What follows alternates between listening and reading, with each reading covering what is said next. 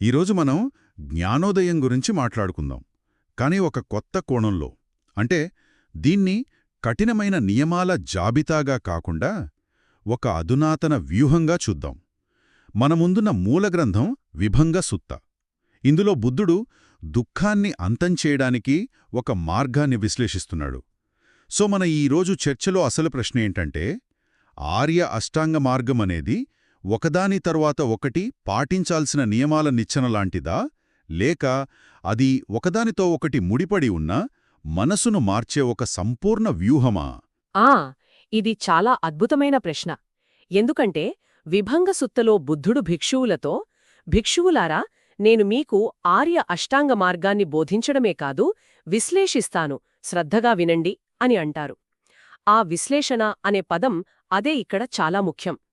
ఆయన కేవలం నియమాలను ఇవ్వడం లేదు, అది ఎలా పనిచేస్తుందో దాని వెనుక ఉన్న వ్యవస్థను వివరిస్తున్నారన్నమాట. కాబట్టి మన చర్చను ఒక వ్యూహాన్ని విశ్లేషిస్తున్నట్టుగానే కొనసాగిద్దాం. అద్భుతం. అయితే ఈ వ్యూహంలోని ప్రధాన అంశాలేమిటో ముందుగా చూద్దాం. మనకు తెలిసినట్లుగా ఇందులో 8 అంశాలున్నాయి. అవి ప్రజ్ఞ, శీలం మరియు సమాధి అనే 3 భాగాలుగా విభజించబడ్డాయి. మొదట ప్రజ్ఞ గురించి మాట్లాడుకుందాం. అంటే సరియైన అవగాహన కదా? అవును, ప్రజ్ఞా విభాగంలో మొదటి 2 అంశాలు వస్తాయి. మొదటిది సమ్మాదిఠ్ఠి, అంటే సరియైన దృష్టి. రెండవది సమ్మా సంకప్పో, అంటే సరియైన సంకల్పం. సరియైన దృష్టి అంటే జీవిత స్వభావాన్ని, అంటే దుఃఖం, దాని కారణం, దాని నివారణ, వీటన్నింటినీ ఉన్నది ఉన్నట్టుగా చూడటం. ఈ స్పష్టమైన అవగాహన నుంచే సరియైన సంకల్పం పుడుతుంది. అంటే హాని, ద్వేషం లేని ఆలోచనలను పెంపొందించుకోవటమన్నమాట. అంటే మొదట ప్రపంచాన్ని సరిగ్గా అర్థం చేసుకోవాలి, ఆ తర్వాతే మన ఆలోచనలని సరిదిద్దుకోవాలి. ఇది తార్కికంగా ఉంది. ఇక రెండవ భాగం శీలం, అంటే నైతిక ప్రవర్తన. ఇందులో మన చర్యలు వస్తాయి, అంతేనా? ఖచ్చితంగా. శీలంలో 3 అంశాలున్నాయి. సమ్మా వాచ, సరియైన వాక్కు; సమ్మా కమ్మంతో, సరియైన క్రియ; మరియు సమ్మా ఆజీవో. సమ్మ ఆజీవో అంటే సరియైన జీవనోపాధి. అవును. సమ్మా వాచ అంటే అబద్ధాలు, చాడీలు, కఠినమైన మాటలు, పనికిరాని కబుర్లకు దూరంగా ఉండటం. సమ్మా కమ్మంతో అంటే హత్య, దొంగతనం, లైంగిక దుష్ప్రవర్తనకు దూరంగా ఉండటం. అందులో ఆ సమ్మ ఆజీవో, సరైన జీవనోపాధి, నాకు చాలా ఆధునికంగా అనిపిస్తుంది. ఈ రోజుల్లో మనం నైతిక వినియోగం, కార్పొరేట్ సామాజిక బాధ్యత గురించి చాలా మాట్లాడుకుంటున్నాం కదా. మన ఉద్యోగం మన ఆధ్యాత్మిక సాధనకు భిన్నమైనది కాదు, అందులో భాగమేనని ఈ సూత్రం ఎప్పుడో చెప్పినట్లుంది. మీరు చెప్పింది 100కి 100 నిజం. మన జీవనోపాధి ఇతరులకు హాని కలిగించకుండా ఉండాలని చెప్పడం ద్వారా ఈ మార్గం జీవితంలోని ప్రతి అంశాన్ని సాధనలో భాగంగా చూస్తుంది. ఇక చివరి భాగం సమాధి, అంటే మానసిక క్రమశిక్షణ. ఇందులో చివరి 3 అంశాలు వస్తాయి: సమ్మా వాయామో, సమ్మా సతి మరియు సమ్మా సమాధి. ఓకే. సరైన ప్రయత్నం, సరైన స్మృతి, సరైన ఏకాగ్రత. ఇక్కడ సమ్మాసతి అనే పదం చాలా కీలకమనిపిస్తోంది. మనం తరచుగా మైండ్ఫుల్నెస్ అని వింటుంటాం కదా. అయితే సతి అంటే కేవలం గుర్తుంచుకోవడం లేదా గమనించడం మాత్రమేనా, లేక అంతకు మించేమైనా ఉందా? మంచి ప్రశ్న. సతి అంటే కేవలం గమనించడం కాదు, అది ప్రస్తుత క్షణంలో ఏం జరుగుతుందో ఎలాంటి తీర్పులు లేకుండా పూర్తిస్థాయి ఎరుకుతో ఉండటం, జాగరూకతతో ఉండటం. ఇది మన ఆలోచనలకు, భావోద్వేగాలకు బానిస కాకుండా వాటిని కేవలం సాక్షిగా చూసే సామర్థ్యాన్ని ఇస్తుంది. ఈ సతి అనే పునాది మీదే సరైన ప్రయత్నం, సరైన ఏకాగ్రత నిలబడతాయి, ఒకదానితో ఒకటి ముడిపడి ఉంటాయి. ఇక్కడే అసలు విషయం మొదలవుతుంది. దీనిని కేవలం అష్టాంగ మార్గం అనకుండా ఆర్య అష్టాంగ మార్గమని ఎందుకు పిలుస్తారు? ఆ ఆర్య అనే పదం వెనుక ఉన్న అర్థమేమిటి? ఇదొక రకమైన ఆధ్యాత్మిక శ్రేష్ఠతను సూచిస్తుందా? అంటే ఈ మార్గంలో ఉన్నవారు, లేనివారు అనే ఒక విభజన లాంటిదా? ఇది చాలా లోతైన ప్రశ్న. మూల గ్రంథం ప్రకారం ఆర్య అనే పదానికి 3 నిర్దిష్ట కారణాలున్నాయి.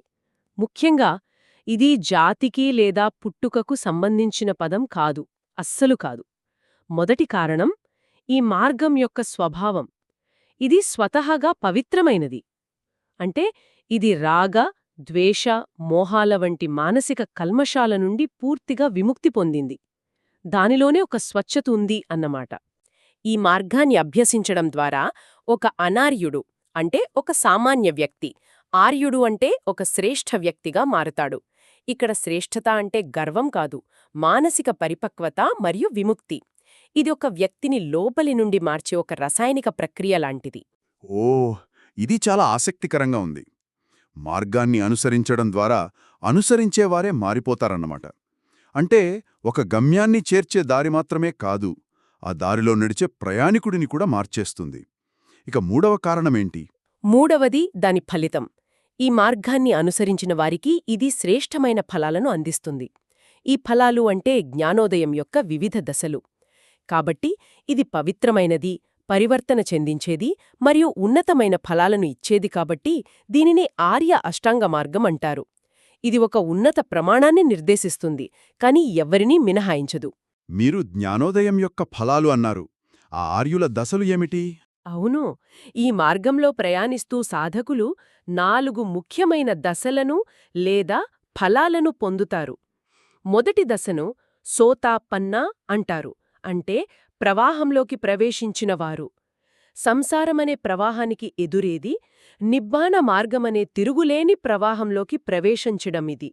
వాళ్ళు మళ్లీ పతనం కాని స్థితికి చేరుకుంటారు. అంటే ఒక రకమైన ఆధ్యాత్మిక భద్రత లభిస్తుందన్నమాట ఆ తర్వాత. రెండవ దశ సకదాగామి అంటే ఒక్కసారి తిరిగి వచ్చేవారు. వీరు తమలోని కొన్ని బంధాలను బలహీనపరుచుకుని మానవలోకానికి కేవలం ఒక్కసారి మాత్రమే తిరిగి వస్తారు. మూడవ దశ అనాగామి అంటే తిరిగి రానివారు. వీరు కామలోకాలకు సంబంధించిన బంధాలను పూర్తిగా తెంచుకుంటారు. కాబట్టి మళ్ళీ ఈ లోకాలకు తిరిగిరారు. ఇక చివరిది అత్యున్నత దశ అరహంతుడు, సంపూర్ణ జ్ఞాని. వీరు అన్ని మానసిక కల్మషాలను, బంధాలను పూర్తిగా నాశనం చేసి పునర్జన్మ చక్రాన్ని ఆపినవారు. ఈ అష్టాంగ మార్గం ఒక సామాన్య వ్యక్తిని దశల వారీగా ఈ అత్యున్నత స్థితికి చేర్చే ఒక స్పష్టమైన వ్యూహం. అందుకే మగ్గా అంటే కేవలం దారి కాదు, వ్యూహం అనే అర్థం చాలా సరైనది. ఖచ్చితంగా ఇదే ఒక ఆధ్యాత్మిక యుద్ధంలో గెలవడానికి బుద్ధుడు అందించిన వ్యూహమని చెప్పొచ్చు. ఇక్కడే నాకు విభంగసుత్తలోని ఒక అద్భుతమైన ఉపమానం గుర్తుకొస్తుంది. అది ఈ మార్గం యొక్క వ్యూహాత్మక స్వభావాన్ని చాలా అందంగా వివరిస్తుంది. ఆకాశంలో తూర్పు, పడమర, ఉత్తర, దక్షిణ దిశల నుండి రకరకాల గాలులు వీస్తాయి కదా. కొన్ని దుమ్ముతో, కొన్ని దుమ్ము లేకుండా, కొన్ని చల్లగా, కొన్ని వేడిగా ఉంటాయి. అలాగే ఒక భిక్షువు ఆర్య అష్టాంగ మార్గాన్ని అభివృద్ధి చేసినప్పుడు మిగతా జ్ఞానోదయ కారకాలు కూడా వాటంతటవే వృద్ధి చెందుతాయని అసుత్త చెప్తుంది. ఇది చాలా శక్తివంతమైన ఉపమానం. నిజమే, చాలా ఆధ్యాత్మిక మార్గాలు ఒకదాని తర్వాత ఒకటి అనుసరించాల్సిన నియమాలను ఇస్తాయి. కాని ఈ ఉపమానమేం చెప్తోందంటే ఇది ఒక సరళ రేఖ కాదు, ఇది ఒక పర్యావరణ వ్యవస్థ, ఒక ఈకోసిస్టమ్. మీరు ఒక అంశంపై పనిచేయడం ప్రారంభిస్తే మొత్తం వ్యవస్థ తనను తాను సరిదిద్దుకొని వృద్ధి చెందడం ప్రారంభిస్తుంది. ఇది ఒక దృఢమైన నిచ్చెన ఎక్కడం లాంటిది కాదు, ఒక తోటను పెంచడం లాంటిది. ఒక తోటను పెంచడం, వావ్! అది ఈ మార్గాన్ని చూసే దృక్పథాన్నే మార్చేస్తుంది. అయితే ఈ వ్యవస్థలో అష్టాంగ మార్గం కాకుండా ఇంకా ఏమున్నాయి? మీరు మిగతా జ్ఞానోదయ కారకాలు అన్నారు. మూల గ్రంథాలు మొత్తం 37 కారకాలు బోధిపక్కియ ధమ్మ అని చెబుతాయి. 37 అంటే మనం ఇప్పటివరకు చర్చించింది మంచుకొండ యొక్క కొన మాత్రమేనా? ఒక రకంగా చెప్పాలంటే అవును.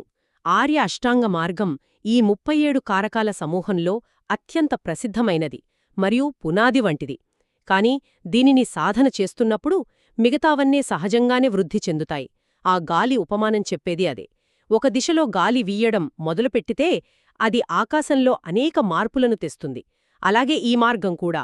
అయితే ఈ 37 కారకాలు ఏమిటో తెలుసుకోవాలనే ఆసక్తి పెరుగుతోంది. వాటన్నిటిని వివరించడం కష్టమేమో, కానీ కొన్ని ప్రధాన సమూహాల గురించి వివరిస్తారా? అవి అష్టాంగ మార్గంతో ఎలా ముడిపడి ఉన్నాయో తెలుసుకోవాలని ఉంది. తప్పకుండా. ఈ 37 కారకాలను 7 సమూహాలుగా విభజించారు. ఉదాహరణకు 4 సమ్మావాయామాలు అంటే 4 సరైన ప్రయత్నాలు. ఇది అష్టాంగ మార్గంలోని సమ్మా వాయామో లేదా సరైన ప్రయత్నానికి ఒక విస్తరణ అన్నమాట. ఇది ఒక పూర్తి మానసిక వ్యూహాన్ని అందిస్తుంది. ఆ వ్యూహం ఏమిటి? దయచేసి ఒక ఆచరణాత్మక ఉదాహరణతో వివరిస్తారా? తప్పకుండా. మీరొక చెడ్డ అలవాటును, ఉదాహరణకు అనవసరంగా ఇతరుల గురించి చెడుగా మాట్లాడటం మానేయాలనుకుంటున్నారనుకుందాం. మొదటి ప్రయత్నం ఆ ఆలోచన మనసులో పుట్టకుండా నివారించడం. రెండవ ప్రయత్నం ఒకవేళ ఆ ఆలోచన పుడితే దానిని వెంటనే వదిలించుకోవటం. మూడవ ప్రయత్నం దానికి బదులుగా మంచి మాటలు అంటే ప్రశంస లేదా సానుకూల ప్రసంగాన్ని పెంపొందించుకోవటం. నాల్గవ ప్రయత్నం ఆ మంచి అలవాటును నిలబెట్టుకోవటం మరియు దాన్ని కొనసాగించడం. చూశారా? ఇది కష్టపడి ప్రయత్నించు అనే అస్పష్టమైన సూచన కాదు. ఇది ఒక పూర్తి మానసిక ఉపకరణాల పెట్టె, ఒక టూల్ కిట్. అద్భుతంగా ఉంది. ఇది చాలా ఆచరణాత్మకంగా ఉంది. అంటే అష్టాంగ మార్గంలోని ప్రతి అంశానికి ఇలాంటి లోతైన, విస్తృతమైన వ్యవస్థ ఉందన్నమాట. మరికొన్ని సమూహాల గురించి చెప్పండి. మరో ముఖ్యమైన సమూహం 4 సతి పఠానాలు. ఇది అష్టాంగ మార్గంలోని సమ్మాసతికి విస్తరణ. అంటే 4 పునాదులపై ఎరుకను నిలపడం. శరీరం, భావాలు, మనస్సు మరియు ధమ్మాలు. అలాగే 7 భోజంగాలు లేదా 7 జ్ఞానోదయ కారకాలు ఉన్నాయి. అవి సతి, ధమ్మ పరిశోధన, శక్తి, ఆనందం, ప్రశాంతత, ఏకాగ్రత మరియు సమచిత్తత. ఈ కారకాలు అభివృద్ధి చెందినప్పుడు వ్యక్తి జ్ఞానోదయానికి చాలా దగ్గరగా ఉంటాడు. ఇప్పుడు నాకు స్పష్టంగా అర్థమవుతోంది. అష్టాంగ మార్గం అనేది ఒక పునాది లేదా ఒక గేట్వే లాంటిది. దానిని సరిగ్గా నిర్మిస్తే ఈ 37 కారకాలనే నిర్మాణం అంతా దానంతటదే నిలబడుతుంది.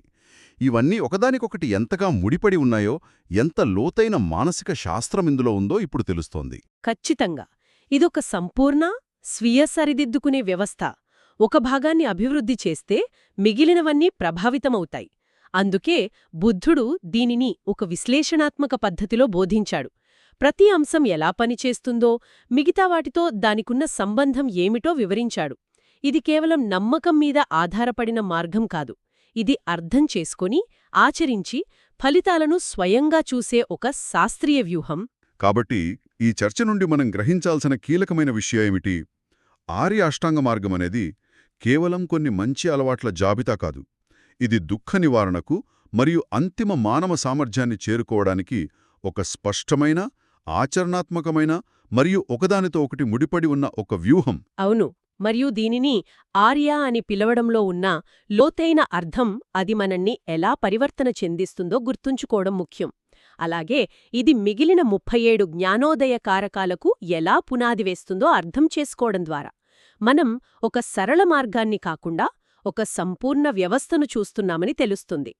ఆ వ్యవస్థను అర్థం చేసుకోవడమే అసలైన సరైన దృష్టి. ఇది ఒక ఆలోచనను రేకెత్తుస్తోంది. ఒక గమ్యాన్ని చేరడానికి ఒక వ్యూహం ఉండటం మరియు అదే గమ్యానికి నిర్దేశించిన కఠినమైన నియమాలు ఉండటం మధ్య ఉన్న ప్రాథమిక వ్యత్యాసమేమిటి? నియమాలు మనల్ని బంధిస్తాయి, కానీ ఒక మంచి వ్యూహం మనకు స్వేచ్ఛనిస్తుందా? బహుశా ఈ మార్గం యొక్క శక్తి దాని నియమాలలో లేదు, దాని వ్యూహాత్మక సౌలభ్యంలోనే ఉందేమో. దీని గురించి ఆలోచించండి.